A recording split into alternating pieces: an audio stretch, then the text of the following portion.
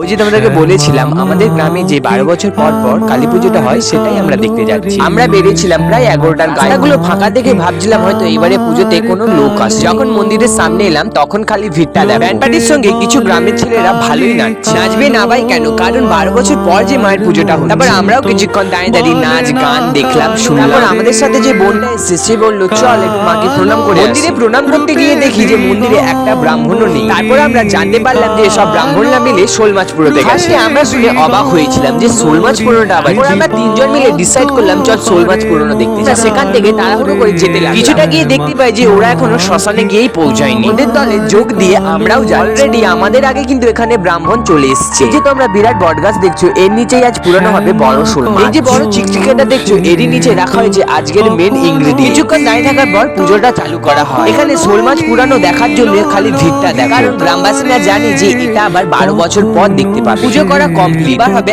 আসল শোল মাছ পুরনোটা। তোমরা একটু ভালো করে নোটিস করো, দেখতে পাবে যে কলাপাত শোল মাছটা রেখে পুজো করা হচ্ছে। তোমাদেরকে আমি ভালো করে দেখাচ্ছি, এই দেখো এবার দেখতে পাচ্ছ। যদি দেখতে পাও কমেন্টে জানিয়ে কিন্তু, কারণ সবার ভাগ্যে এটা থাকবে না। সরি সবার ফার্স্টে বটগাছটার পুজো করা হলো, এইবার হবে শোল মাছটার পুজো। এই শোল মাছটা পুজো করার পরই হবে শোল মাছ পুরানো। দেখতে দেখতে শোল মাছটাও পুজো করা চালু হয়ে গেল। তো এবার এলো সেই সময়টা যেটার জন্য দাঁড়িয়ে দাঁড়িয়ে গ্রামবাসীরা ওয়েট করছে। ইভেন তোমরাও হয়তো ওয়েট করছি। চলো একটু স্পিড বাড়িয়ে দিই, নালে ভিডিওটা অনেকটাই বড় হয়ে যায়। যখন আগুনটা দেয় তখন মাছটা অতটা ছটকায়। আগুনটা যখন জোরে দাও দাও করে জ্বলতে লাগে তখন মাছটা অনেক ছটকাচ্ছিল। ওই কাকুটা মাছটার মাথায় ধরে আগুনের উপর জেগে রেখেছিল। মাছটা যখন পুরানো হয়ে যায় কাকুরা আনন্দে নাচতে শুরু করে দিয়েছে। এই দেখো খালি ভিড়টা দেখো। আমার ক্যামেরাটা অতটা ভালো না, তোমরা অতটা বুঝতে পারবে না, কিন্তু তোমরা যদি সাপোর্ট করো আমি এর থেকে আরো ভালো কোয়ালিটির ব্লগ আনবো। তোমরা শুধু আমার পাশে থেকো তাহলেই হবে। যাই হোক শোল মাছটা পুরানো হয়ে গেছে। পুরা শোল মাছটাকে আবার পুজো করা হচ্ছে। এই শোল মাছটা পুরানোর পর এখান থেকে সবাইকে চলে যেতে বলে কথাই আছে। এই শোল মাছটাকে রাগিনী যুগীরা এসে নাকি খাবে। এই কথাটাই কতটা সত্যি কতটা মিথ্যা আমি জানি না, তোমাদের কি মত কমেন্টে জানিয়ে দিও। তারপর আমরা সেখান থেকে চলে এসেছি, যেহেতু অনেকটাই হেঁটে এসেছি বলে পাখার কাছে আমরা কিছুক্ষণ দাঁড়িয়ে ছিলাম। মন্দিরে এসে দেখি তাও ব্যান্ড পার্টি বাজছে, কিন্তু পুজো এখনো চালু হয়নি। বন্ধুরা আজকের ব্লগটা এইটুকু। দেখা হচ্ছে নেক্সট ভিডিওতে। যেতে যেতে চ্যানেলটা সাবস্ক্রাইব করে দিবে আর কমেন্টে লিখে দিবে জয় মা কালী, কারণ এই ব্লগটা অনেকটাই আলাদা। কারণ তোমরা এইরকম ব্লগ